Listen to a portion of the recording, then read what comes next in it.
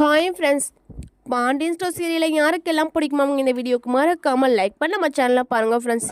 ரசிகர்கள் எல்லாம் எதிர்பார்த்த அந்த தருணம் கோமதி சொன்ன வார்த்தை பாண்டியன் எடுத்த தப்பான முடிவு வெளியாகி இருக்கும் அப்டேட்டை பற்றி பார்க்கலாமா ஃப்ரெண்ட்ஸ். பக்கம் பார்த்தீங்கன்னா பாண்டியன் குடும்பத்திற்கு எதிராக கோமதி அண்ணன்கள் செய்த சூழ்ச்சியில் பழனி சிக்கி விடுகிறான். ஒரு வழியாக நடந்தது என்ன என்பது தெரியாமல் கோமதியும் பாண்டியனும் கடுமையாக நடந்து கொள்கிறார்கள். அது பற்றி விரிவாக பார்க்கலாம். சீரியலில் தன்னுடைய அக்கா வீட்டில் இருந்து யாருமே கடை திறப்பு விழாக்கு வரலையே என்பதால் பழனி கடும் கோபத்தில் இருக்கிறான். அது இல்லாமல் பிறகு ஃபங்க்ஷன் எல்லாம் முடிஞ்சுவிட்டு நான் மச்சான் கிட்ட போய் பேசி கூப்பிட்டுட்டு வரேன், அது வரைக்கும் நீங்கள் கடையை பார்த்துக்குங்க என்று சொல்லிவிட்டு வேகமாக கிளம்பி போகிறான். அந்த நேரத்தில் பழனி தனக்கு துரோகம் செய்து விட்டான், அவன் ஒரு துரோகி என்று பாண்டியன் வீட்டில் கத்திக் கொண்டிருக்கிறான்.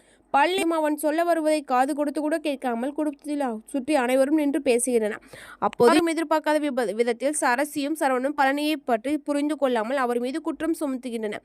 அதைத் தொடர்ந்து கடுப்பான பழனி அதை ஒரு நிமிஷம் பேச விடுங்க, நான் என்ன சொல்கிறேன்னு கேளுங்க என்று மச்சான் கிட்ட கத்துறாங்க.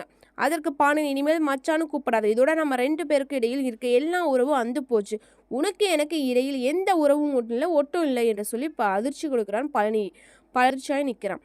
எந்த முடிவு எடுக்காதீங்க மச்சான், நான் என்ன சொல்ல வரேன்னு கேளுங்க என்று பழனி சொல்ல, அதற்கு கோமதி காலையிலிருந்து உங்ககிட்ட என்ன எங்க கடை திறக்கிறாங்கன்னு கேட்டுட்டே இருந்தல, ஒரு வார்த்தை கூட சொல்ல, எல்லாம் தெரிஞ்சுதானே மறைச்சிருக்க, உனக்கு இப்படி ஒரு துரோகம் பண்ண எப்படி மனசு வந்தது என்று அவருடைய பங்கு திட்டிக் கொண்டிருக்கிற கோமதி ஒரு பக்கம். அப்போது சரவணன் இதற்கிடையில் வந்து, இன்னைக்கு நீங்க செஞ்சது சாகர வரைக்கும் மறக்க மாட்டேன் மாமா, ஏன் இப்படி எல்லோரும் துரோகம் பண்ணிடுறீங்க என்று கேட்கிறான்.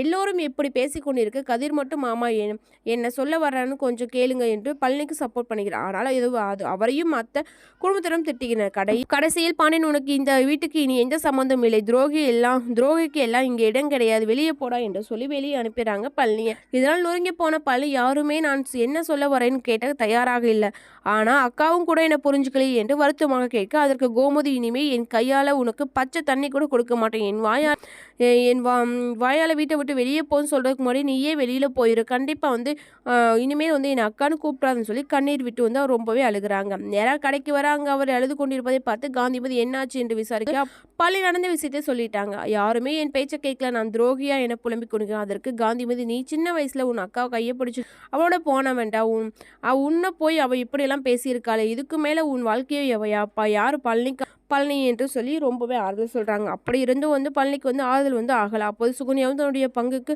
அவங்க பிள்ளைய எல்லாம் பார்க்கல அப்படி நினச்சிருந்தா நீங்கள் கடை தெரிஞ்சதுக்கு பார்த்து சந்தோஷப்பட்டு இருப்பாங்க, ஏன் என்று ஏற்றி விடுக்கிற. மறுபக்கத்தில் கோமதி பழனி நல்லாவே இருக்க மாட்டான் என்று சாபம் விட, அதை பார்த்து மீனாவும் ராஜியும் அதிர்ச்சி அடைகிறேன். இப்படியான எபிசோடு இன்றைய எபிசோட் முடிவடைகிறது. அது மட்டும் இல்லாமல் கோமதி வந்து இப்படிலாம் சொல்லுவாங்கன்னு சொல்லி யாருமே எதிர்பார்க்கல. இன்னும் வரக்கூடிய எபிசோடு எப்படியெல்லாம் வரப்போகுதுன்னு சொல்லி பார்க்கலாமா ஃப்ரெண்ட்ஸ்.